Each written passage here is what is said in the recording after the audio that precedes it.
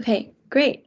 Um, Hi, everybody. My name is Noemie. I am a fourth-year single honors management student. I am a fashion designer, and I have a business called No Dresses, where I make bespoke pieces. I work with clients one-on-one on bespoke garments, and we design something together. So I'm going to talk a little bit about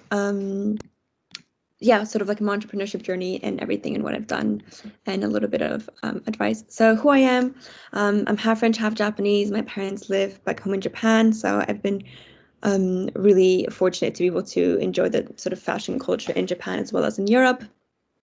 My fashion journey started a couple of years ago when I was 16. I was really a crafty kid and I really liked creating different things from crocheting to knitting to paper mache to scrapbooking. And when I was 16, I really got into sewing. And I started sewing about 2 years before my senior year prom. And I thought I really want to make my own prom dress. I thought that would be really interesting. So I set myself the goal of doing that. And 2 years later, as you can see, in this white dress, I made my prom dress. And now that I look back, I'm like, oh my goodness, I could have done so many things differently. But it was a really, really great way to start for me. And then I came to university. And since there's so many wonderful events in St. Andrews that you can dress up for, I started making garments from like bed sheets and like things I could find in charity shops, like curtains, tablecloths, and things like that. I wasn't necessarily trying to be sustainable, but it was the cheapest option that I could find in St. Andrews. There aren't any places where you can buy fabric here, so that was sort of what I started as. And I've done quite a few things in St. Andrews in terms of fashion design. I've been doing a lot of costuming for mermaids and just so, and I'll get into that in a little bit. And I started taking clients in 2019.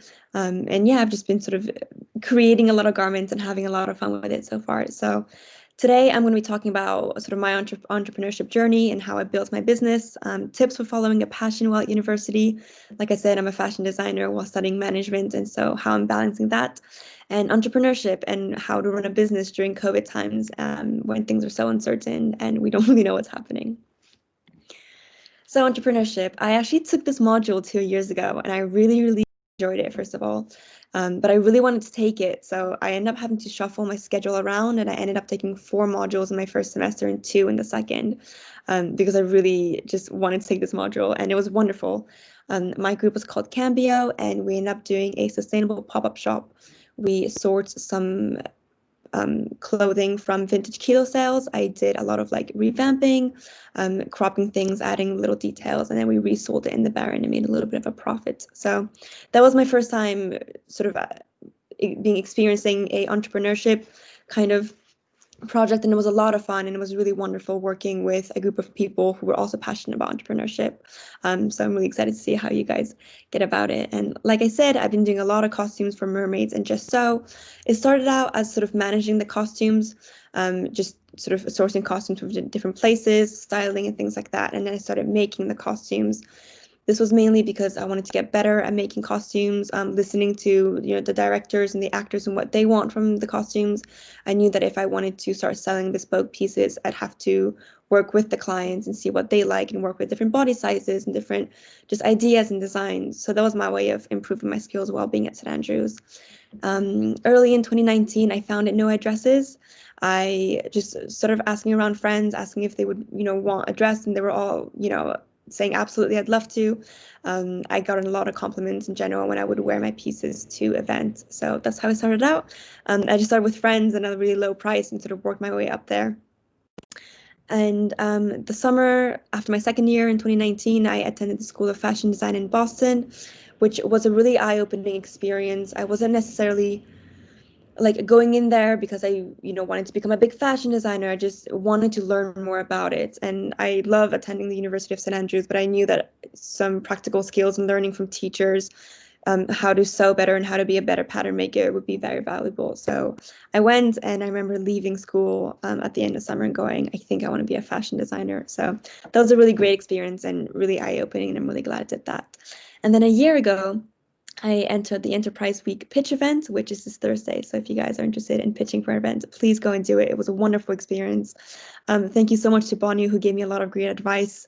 I also spoke to Juno Lee, who is a co-founder of Konbini Co, and he gave me some really great advice about pitching.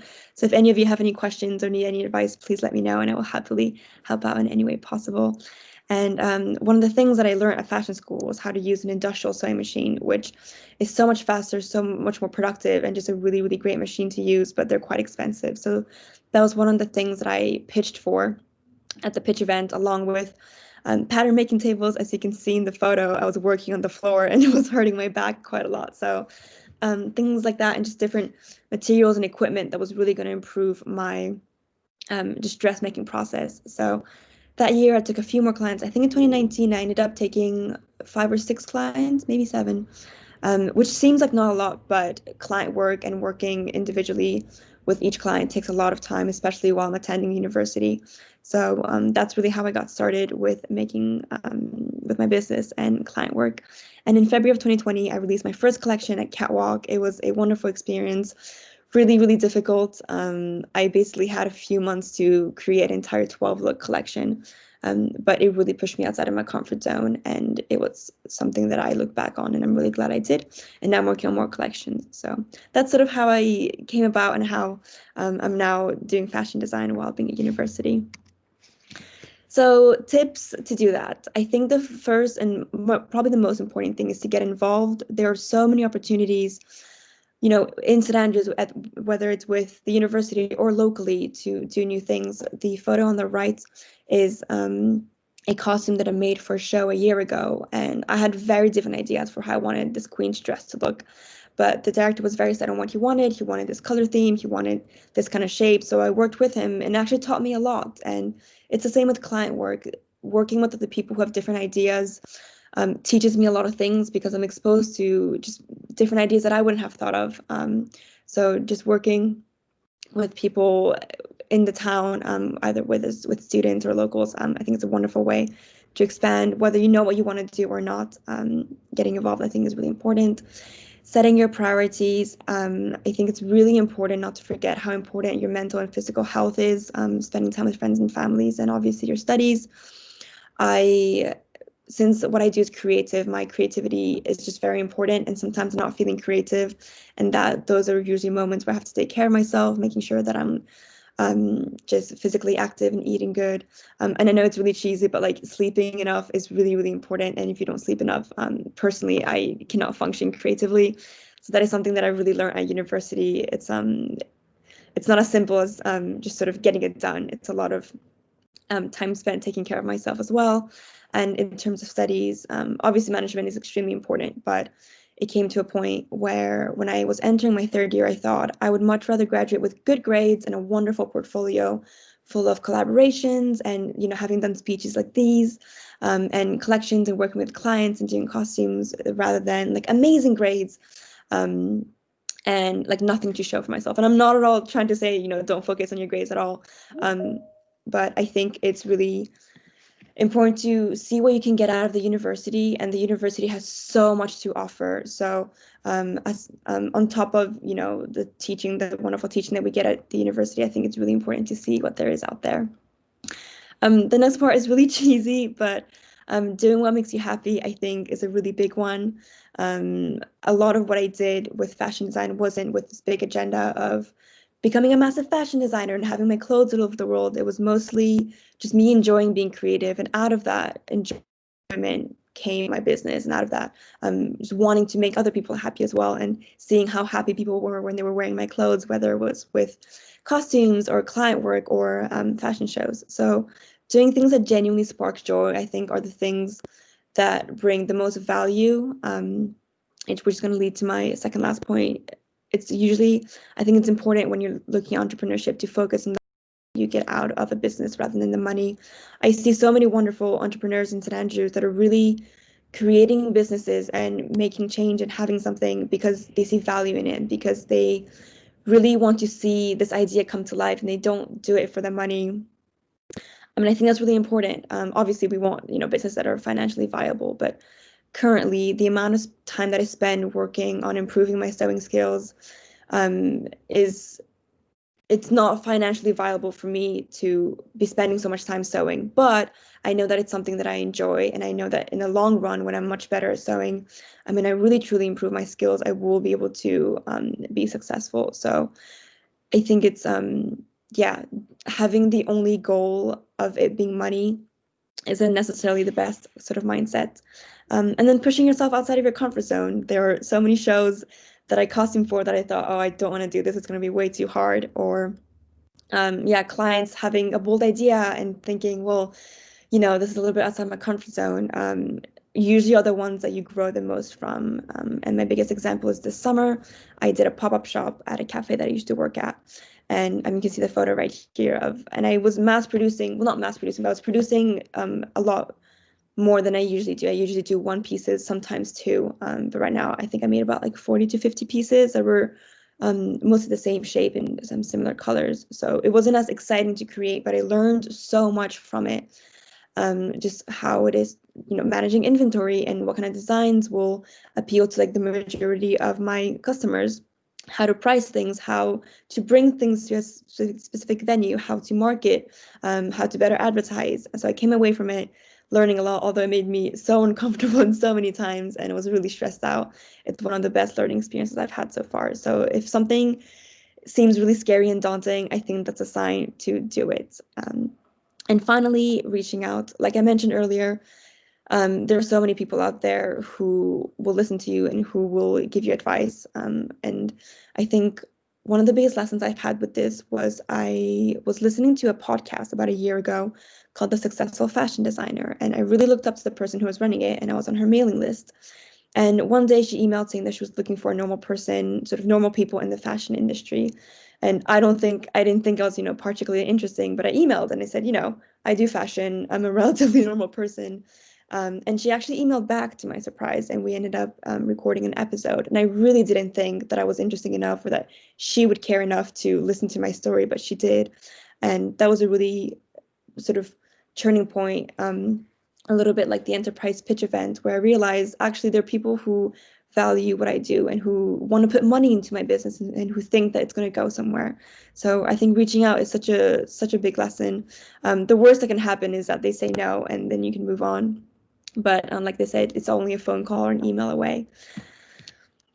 So entrepreneurship and my business, No, I addressed this during COVID. Obviously, it's a little bit of a tricky time. I wish I could say that it was easy and that, I'm still taking clients, but I'm not. I currently can't see anyone indoors because of the Scottish regulations, so I'm not taking any clients. And I made this decision actually before that rule was enforced and before coming to into this semester. I thought, there are ways that I can improve my business without actually taking clients, and I can run my business without it being one-on-one with clients. So I did a couple of things. During the summer, I took some online classes. There are plenty of ways to do this, whether I took my class at St. Martin, and I'm currently taking a online class. It's a draping class at the School of Fashion Design where I studied last summer.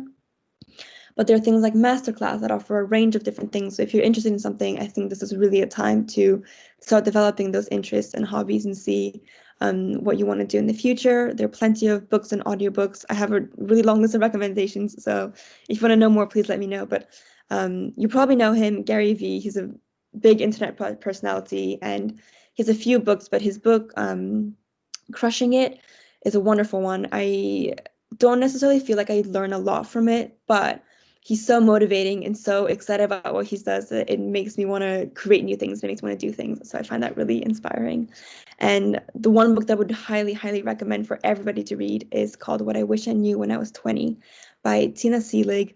She writes about how to find opportunities within problems. And I think right now this is the perfect example when things are stopping and things that were meant to happen aren't happening, but finding solutions and actually finding opportunities and creating new opportunities out of these difficult times is a wonderful sort of mindset to have. So I would highly recommend to do that. And there's so many ways to, improve your entrepreneurship skills and whatever you're interested in. It's so many ways to improve those skills when we have a lot more time on our hands at the moment. I am personally working on my next collection that I'll be showing at Catwalk next year, hopefully. Since I have a lot of time, I'm sort of trying to get ahead of myself. so that when things get a little bit easier and we can see more people in person, I'll have more time to pick up more projects. I think social media in this day and age is so important, especially when I'm doing something like design. What people see is exactly what they'll judge me on. Even if they have interviews, what they see on my portfolio and what they see on my social media, which is the easiest form of portfolio to have, is the most important form. So I've been trying to work on having more content. I've been publishing videos on like sewing on TikTok and things like that, and gathering a little bit of a fan base, of a following, which is, I think, a great way to attract attention, and find future clients. And I'm not selling anything online at the moment, but if those followers can later become buyers, then that's something that's time spent well. I'm working with Castle Cliff this semester. I think there's some people in this Teams call that are on my team, which is really exciting. And yeah, they're a consultancy group, if you don't know, and I'm trying to get a little bit of advice on how I can better run my company. Obviously, I'm a management student. I do fashion design. I feel like I know what I'm doing, but it's so important to get some advice, to get more input, to hear what people have to say. So I'm really excited to feel ready when I do take clients, whether that is next semester or when I graduate. I'll have a solid foundation where I can confidently take clients in a more efficient way. And finally, online opportunities. There's so many great online opportunities, like I said, classes, ways you can learn, but also back in May, I took part of the Met Gala Challenge, which was Vogue, who said, well, we can't have the Met Gala this year, but we'd love to see you recreate your favorite Met Gala looks. So what I did was I recreated Lana Condor's dress from the 2019 Met Gala, and I made it out of plastic that I found in my neighborhood. So it was sort of recycled plastic. And I ended up being featured on Teen Vogue, Marie Claire, Lana Condor herself reposted on her story, which was incredible, the Met Museum, and things like that. So, that's quite fashion design specific, but there are always ways to get involved online, whether that is challenges or free courses and things like that. So I would highly recommend looking into that. I don't think that running a business during COVID times has to be so proactive, but sometimes you can take a step back and think, how can I improve my business, and how can I bring my products and services online instead of having it in person? Or how can I create something new while it's very difficult to see someone in person? So that's sort of what I've been doing so far, and those are my tips. Those are a few of the pieces that I've been making from sustainable materials. But if you have any questions, please let me know, and I will answer the best I can. That's fantastic, Noemie. It's been such a delight to hear the latest on your story, and your sort of passion and enthusiasm for your business just really oozes out of every pore, which I always think is fantastic. And what a long way you've come since your days on enterprising creativity. I bet you can't believe it was only 2 short years ago. Honestly, yeah. Thank you so much. You're very welcome. So you've talked a lot about a number of different things. Obviously, some of the things that you've done and been involved in are directly related to fashion, which is, I would expect that. You're a fashion designer. You've given some great tips in terms of some things that students should be looking into and looking at. I wondered if you could say a little bit more about some of the nuts and bolts of it. So like maybe the finance side, because one of the questions I often get asked is, well, how do you price this stuff? Whatever your product is. Can you give us an insight into how you think about pricing and how you deal with that? Absolutely. I don't know if you remember this, but I actually came to talk to you about this a year ago, Yeah. and you gave me a really, really good piece of advice. You said, look locally. For example, the tailor shop, I think on Bell Street or Church Street, and ask them what they would price, because I was having a hard time pricing my pieces like sort of high enough as they should be in terms of bespoke pieces. And so I went to speak to them, and they were basically pricing it about like 5 times higher than what I was pricing at that time. So that was a really, really good indication of where I should be pricing, I think locally, finding like the sort of competition and understanding what it should be. But in terms of my pricing, it's still tricky because I obviously it takes a lot of time to be making bespoke pieces, and it's a lot of my energy, it's a lot of my creative energy as well. Um, but what I tried to do last year was really improve my skills so I can be confident enough to price where it should be. And that's sort of like where I came about at the moment. And also one little thing I do is I give a bit of a discount to each customer, each client, if they are willing to do either a photo shoot. So we take like professional photos, so I can put them on my website and use for promotional ways. And if they share it on their social media, it's also a little bit of a discount. So I've been trying to use that to get promotion out of each client that I get. No, that's brilliant. Thanks for that. I also, a lot of times when we kind of like, when we've been reading, studying, thinking about sort of entrepreneurs and startups, one of the things that kind of comes through can be the importance of maybe having a team.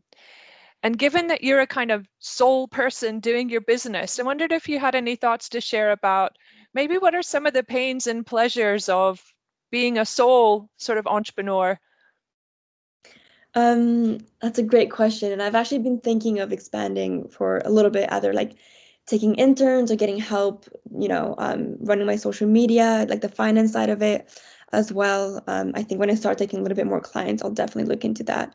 I think it's a little bit lonely, which is it sounds sad, but when I'm working alone in my bedroom sewing or in my living room, cutting fabric and things like that, it's easy to get busy, but I don't get to share like the positives, or like when I have a really good review or when the photos come out well, there's no one to sort of share that joy with just yet.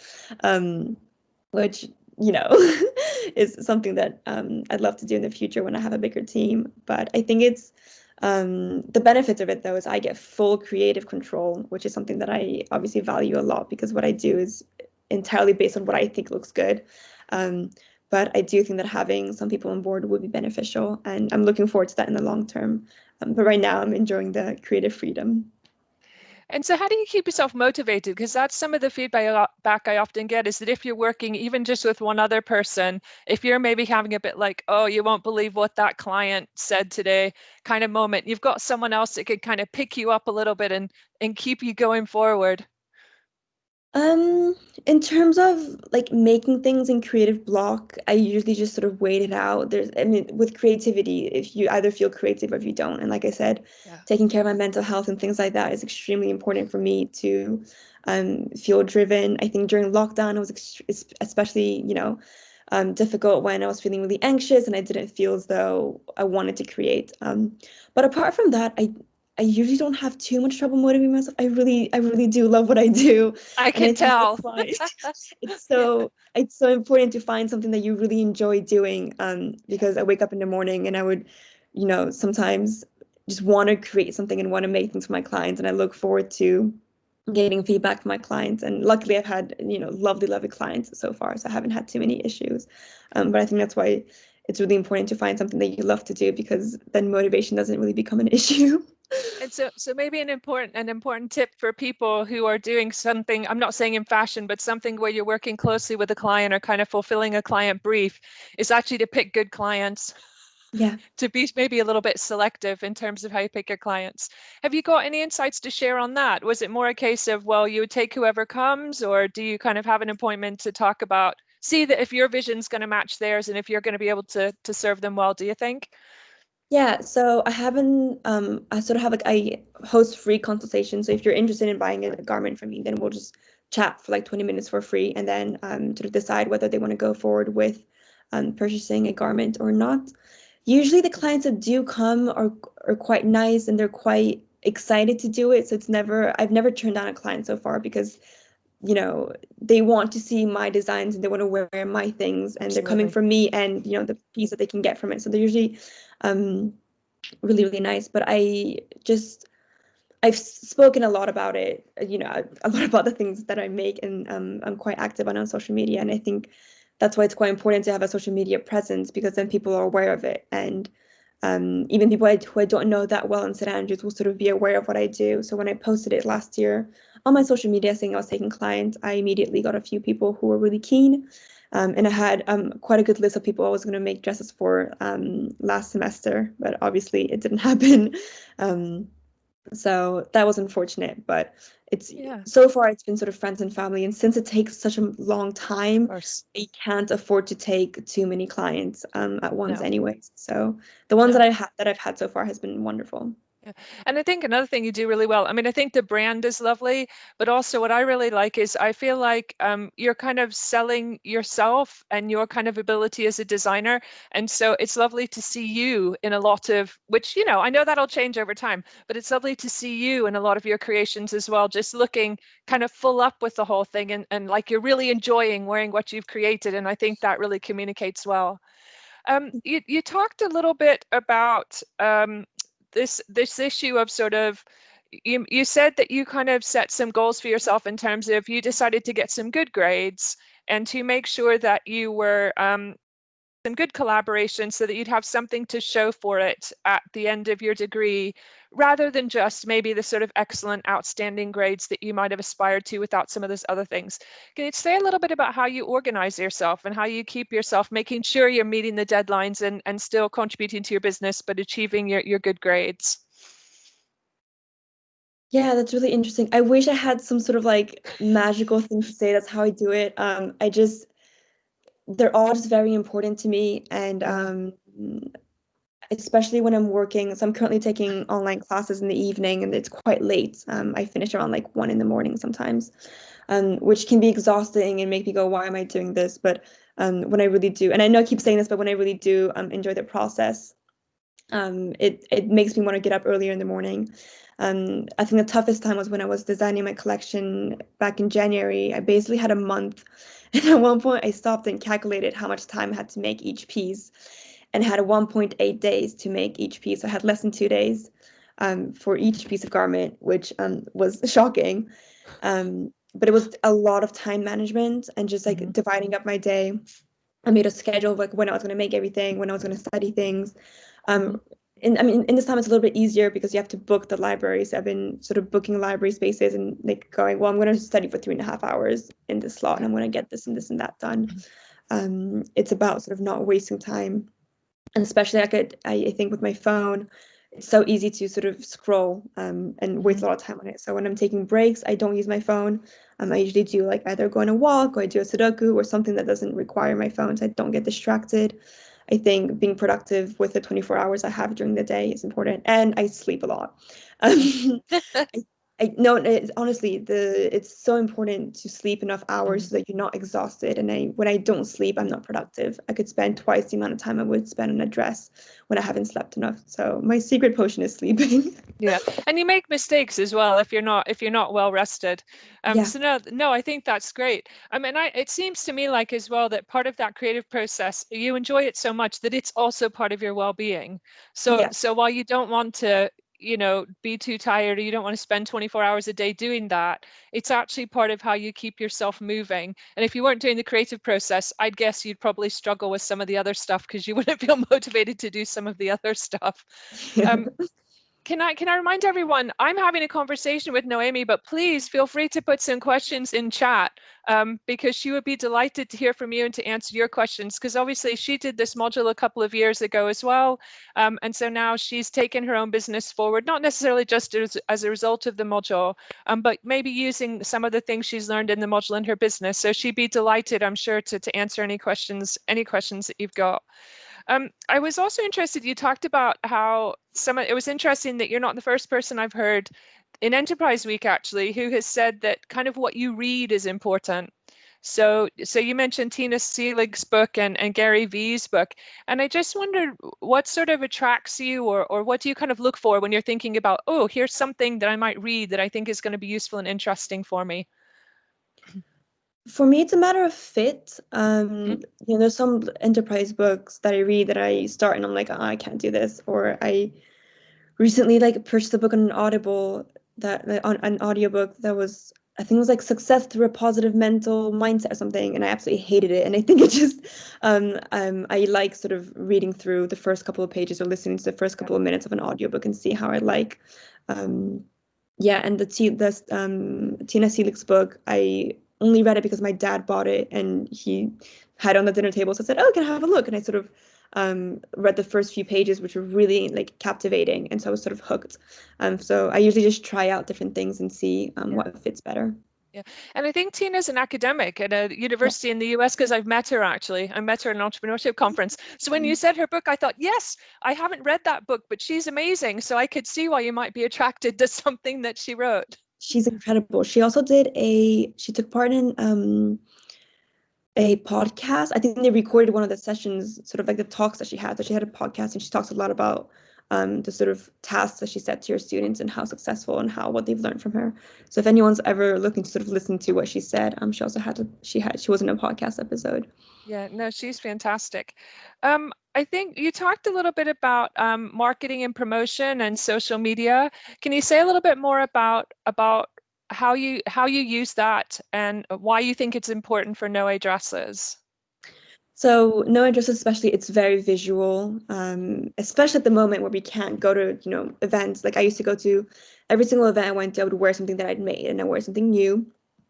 Because I just wanted to, I was like a standing promotional board where I would say, this is Absolutely. what I made. And by the time, end of second year, everyone knew that I would be making my own thing. So they go, oh, did you make that? And I'd go, yes, of course.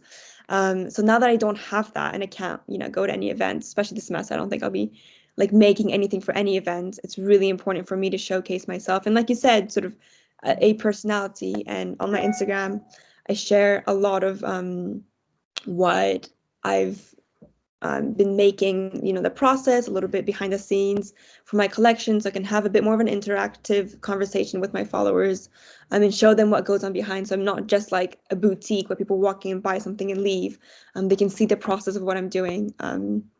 So yeah, being active on social media for me is quite important. And I also, the more I get to know my clients, the more I know what kind of things they like or what kind of designs they prefer to see on my pages. So that's quite important for me.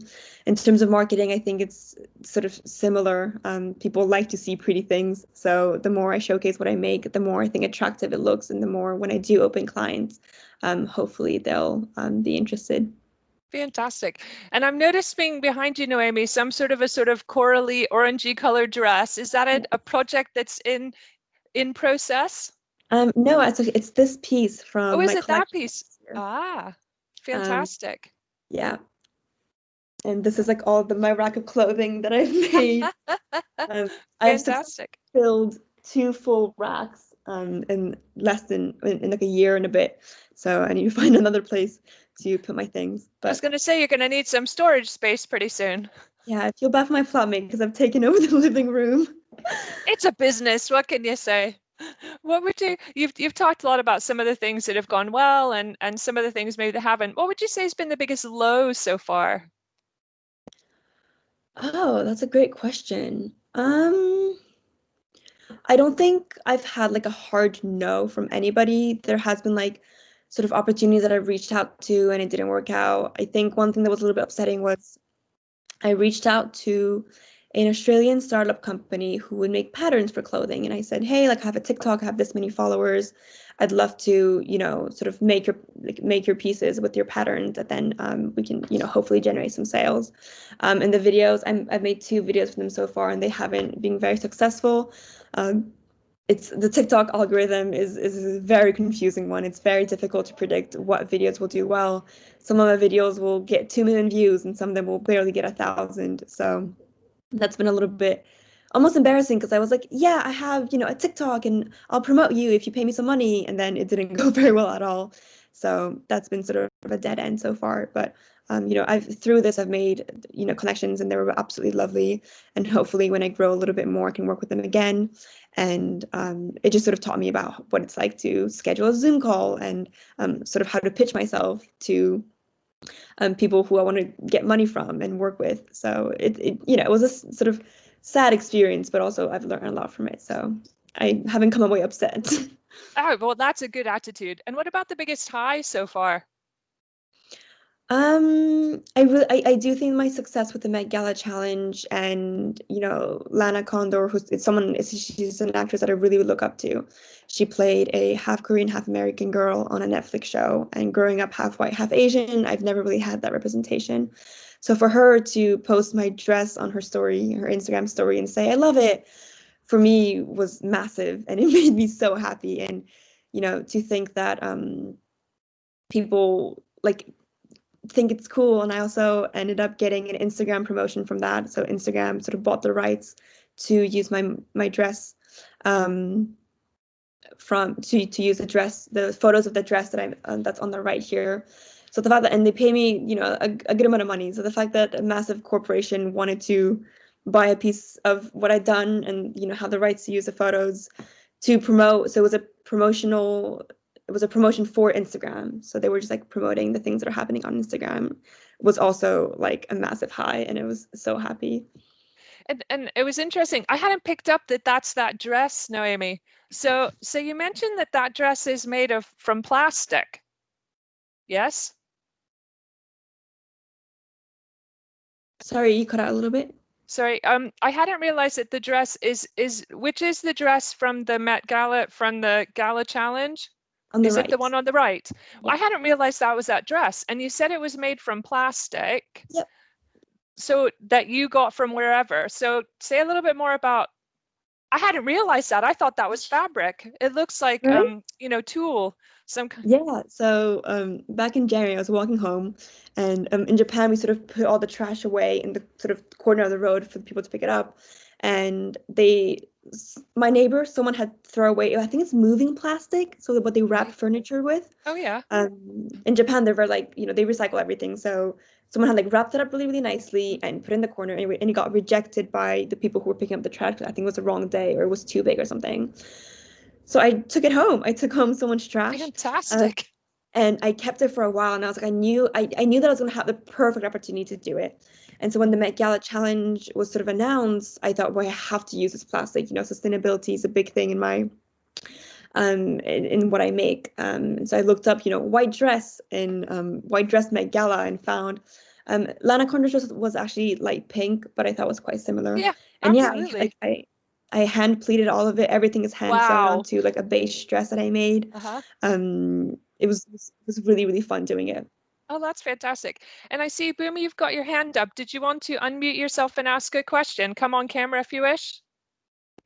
Yeah, I'm just out, so I won't come on camera. But I was just wondering, is there anything you regret, or is there anything that if you could go back, you'd do differently? No, I don't think so. I think I'm really happy where I am today and the things that I'm creating today. I would maybe regret like not taking fashion school classes earlier, but still, I'm taking some at the moment, and I don't know, I wouldn't go back and change anything. So Great question, Boomy. Remember to put your hand down if you can do that while you're out and about. I suppose, Noemie, what I was wondering now is you said kind of there wasn't a particular low, but there have been some disappointing times. Obviously, the Met Gala challenge and being featured by Lana Condor was a complete high for you. What's next? What's the kind of thinking for the next, I don't know, however long?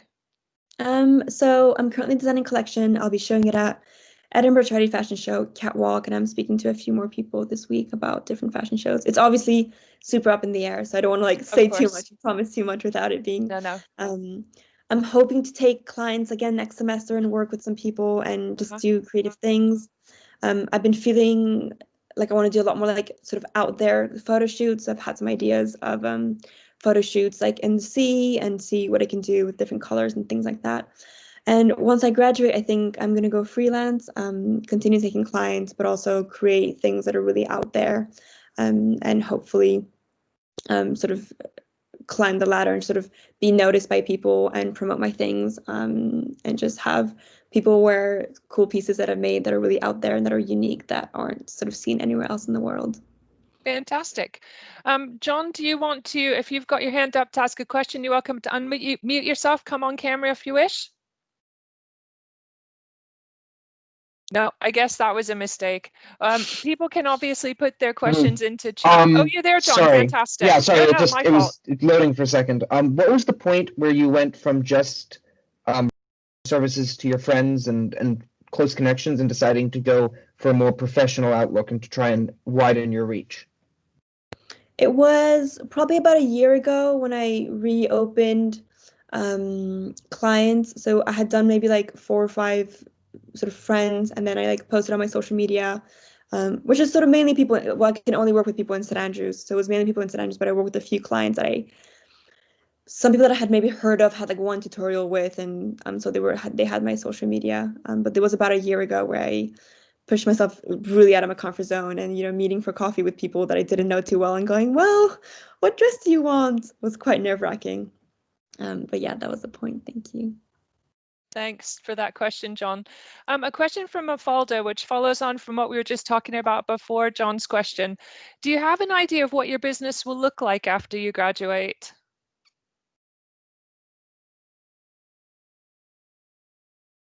Yeah, I'm hoping to still work on bespoke pieces one-on-one, but I'm hoping it to be a little bit more creative and not design pieces that are like formal wear that someone would wear to a wedding or like a formal event, and more things that are out there like red carpets or like music videos, things that yeah, just feel a lot more creative that you won't see sort of walking down the street. Is the direction I currently want to go. No, that's fantastic. You also mentioned the Enterprise Week pitch event, and while I'm thinking about it, I will pop the link and the information into the chat.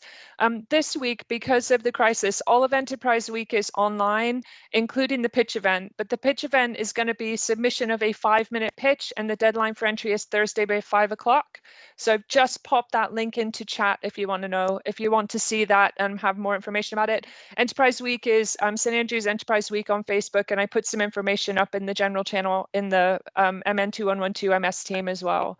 Did anyone else have any more questions before we sort of say thank you to Noemie and bring the lecture to a close? I guess one thing that occurred, one thing that I see, Noemie, people probably have been seeing this standing behind me and don't know what it says. So it says, if your dreams don't scare you, they aren't big enough.